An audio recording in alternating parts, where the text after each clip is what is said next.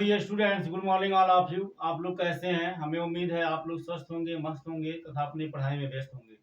Dear friend, आज का जो हमारा टॉपिक है बहुत ही इम्पोर्टेंट टॉपिक है। और ये इम्पोर्टेंट इसलिए है क्योंकि पहले आप लोगों के सिलेबस में क्लास 9th में और 11th में था, अब नहीं है। तो इसे अगर आप पढ़ लेते हैं तो आपको हाई लेवल की जानकारी हो जाएगी। अब बहुत ही इम्पोर्टेंट है कंपटीशन के उद्देश्य से। तो आइए, लघुगणक का है। इसमें दिया है निम्नलिखित का पूर्णांक ज्ञात करिए। तो पूर्णांक ज्ञात करने के लिए कैसे ज्ञात करेंगे, चलिए आपको हम बताते हैं। तो पूर्णांक ज्ञात करने के लिए से पहले नंबर दिया है 7। तो इसको फर्स्ट ऑफ ऑल आप वैज्ञानिक संकेतन के रूप में लिखेंगे। तो इसको आप लिख सकते हो 7.0 इंटू 10⁻0। ठीक है ना? क्यों लिख सकते हो? या इसको आप ऐसे भी लिख सकते हो इंटू 1, क्योंकि 1 का गुणा 7 में करोगे तो यही आएगा। अब इसको आप ऐसे भी लिख सकते हो 7 पॉइंट,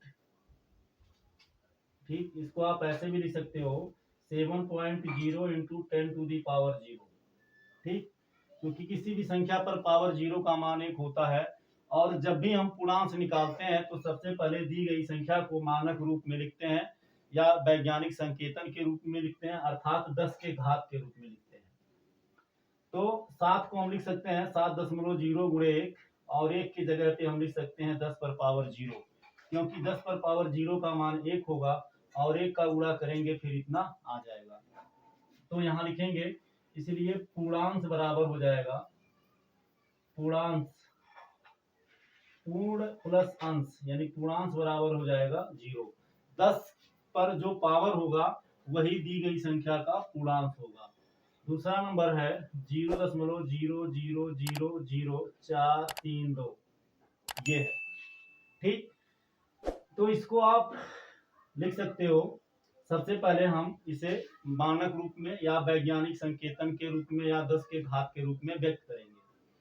तो इस 4 को दशमलव के पहले ले आएंगे, यानी 4.32। अब दशमलव का मान होता है 1, तो गुणे 1, कितने अंक बाहर आए? जब 4 बाहर आएगा तो ये चारों जीरो भी बाहर आ जाएगा। तो यानी 4 अंक ये हो गया और एक ये 4, तो कितना हो गया 5। तो 10 पर पावर 5। अब थोड़ा दिमाग ये लगाइए, सोचिए, देखो ये जो पांचों अंक है ये दशमलव के बाद था और इसको दशमलव के पहले लाया गया, तो इसलिए इस पे पावर हो जाएगा -5। अब यहाँ लिखिए, इसलिए पूर्णांक बराबर हो जाएगा, कितना हो जाएगा? 10 पर पावर 5 है, तो इसका जो पूर्णांक हो जाएगा 5 पर माइनस का चिन्ह लगाओ या फिर इसे -5 लिख दो, दोनों सही है। प्राय इस तरह से लिखा जाता है। ठीक, तीसरा नंबर में दिया है 24.64। तो सबसे पहले इसे वैज्ञानिक संकेतन या 10 के घात के रूप में या मानक रूप में लिखेंगे।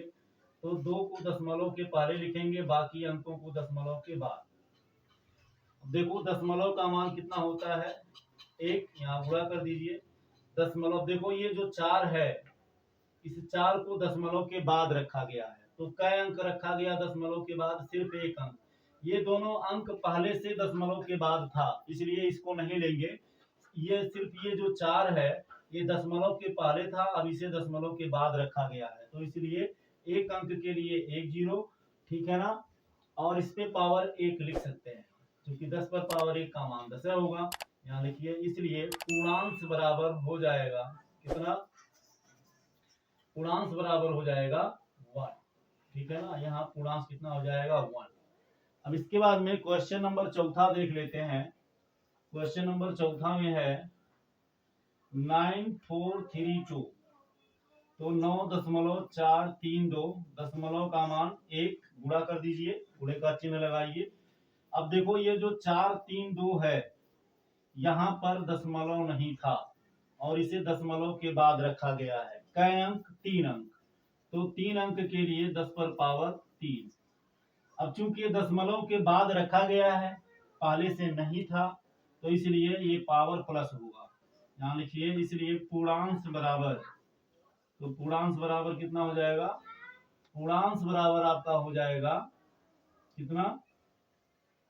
10 पर पावर 3 है, तो यही 3 है, तो पूर्णांक कितना हो जाएगा 3। 5वां नंबर में देख लेते हैं 8.456। इसको आप लिख सकते हो 8.456 गुणे 10 पर पावर 0। क्योंकि 10 पर पावर 0 का मान 1 हो जाएगा, किसी भी संख्या पर पावर 0 का मान 1 होगा, और जब 1 का गुणा इसमें करेंगे तो इतना ही होगा।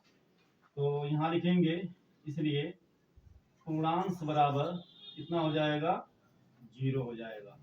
तो डियर फ्रेंड, इस तरह से आप किसी भी लघुगणक में जब किसी भी संख्या का लघुगणक निकालते हैं तो सबसे पहले उस संख्या का पूर्णांक लिखते हैं। आफ्टर दैट लघुगणक का टेबल देखते हैं और दी गई संख्या का लघुगणक निकाल कर रख देते हैं। उसे हम नेक्स्ट वीडियो में कवर करेंगे। आज की क्लास में बस इतना ही। आज आपको हमने पूर्णांक निकालना बताया कि पूर्णांक कैसे निकाला जाता है। तो इस तरह से आप और भी प्रयास करिएगा, और भी क्वेश्चन को अपने मन से ऐसे बनाइए और पूर्णांक निकालने का प्रयास करिए। अगले टॉपिक पे, अगले वीडियो में हमारा जो टॉपिक होगा, किसी भी संख्या का लघुगणक कैसे निकालते हैं, हम उसके बारे में चर्चा करेंगे और आपको उसका सलूशन बताएंगे। तो आज की क्लास में बस आपके लिए इतना ही है। Thank you so much. जय हिंद।